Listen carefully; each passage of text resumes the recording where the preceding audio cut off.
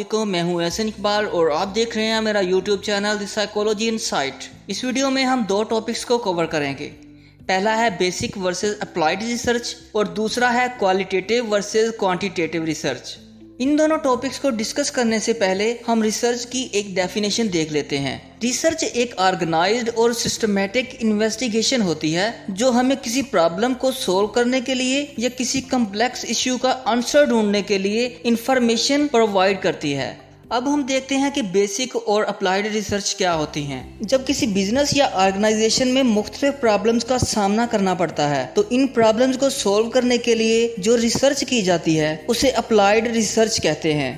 यानी जब हम किसी रियल वर्ल्ड प्रॉब्लम को सोल्व करने के लिए ऑर्गेनाइज्ड और सिस्टमैटिक वे में रिसर्च करते हैं तो इसे अप्लाइड रिसर्च कहते हैं। और अप्लाइड रिसर्च हम पहले से मौजूद किसी प्रॉब्लम को सोल्व करने के लिए करते हैं। अगर जैज़ मोबाइल नेटवर्क की 1 साल की वर्कर की परफॉर्मेंस ठीक नहीं है तो इसको कैसे ठीक किया जा सकता है, इस पे जो हम रिसर्च करेंगे उसे अप्लाइड रिसर्च कहते हैं।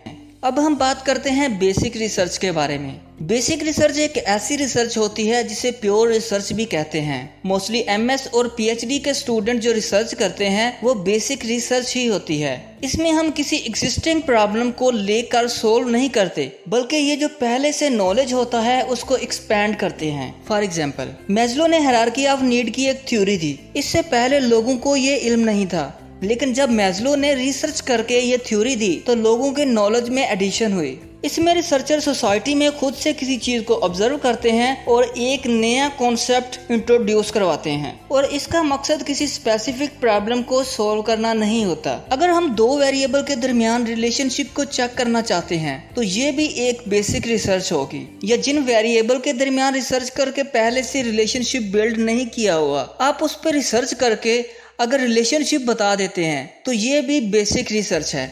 अब हम इसको कंक्लूड करते हैं। ऐसी रिसर्च जो किसी रियल वर्ल्ड प्रॉब्लम को सोल्व करने के लिए की जाती है वो अप्लाइड रिसर्च कहलाती है और ऐसी रिसर्च जो किसी एग्जिस्टिंग नॉलेज में एडिशन करने के लिए यूज की जाती है उसे बेसिक रिसर्च कहते हैं। इसके बाद हमारा दूसरा टॉपिक है qualitative versus quantitative research. Quantitative का जो वर्ड है ये क्वांटिटी से निकला है जिसका मतलब होता है कि मिकदार या तादाद वगैरह।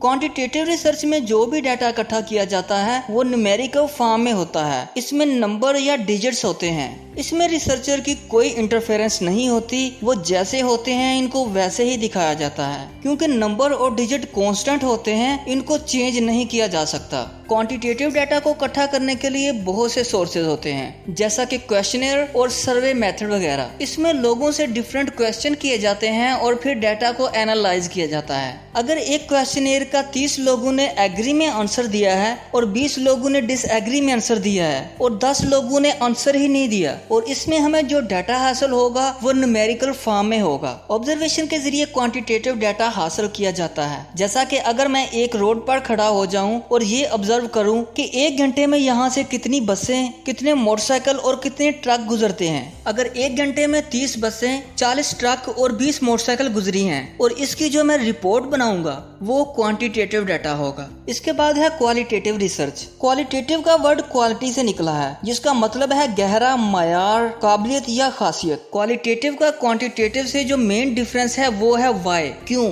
फॉर एग्जाम्पल, जैसा कि हमने क्वांटिटेटिव रिसर्च में देखा कि 30 लोगों ने एग्री में और 20 लोगों ने डिसएग्री में और 10 लोगों ने कोई आंसर नहीं दिया। जब हम इसे क्वालिटेटिव रिसर्च में देखते हैं तो हम ये देखते हैं कि अगर 30 लोगों ने एग्री में आंसर दिया है तो इन 30 लोगों ने एग्री में क्यों आंसर दिया। अगर 20 लोगों ने डिसएग्री में आंसर दिया है तो इन 20 लोगों ने डिसएग्री में आंसर क्यों दिया और जो 10 लोग हैं जिन्होंने आंसर नहीं दिया उन्होंने क्यों आंसर नहीं दिया। जब भी हम वाई का वर्ड यूज करते हैं तो ये क्वालिटेटिव रिसर्च होती है।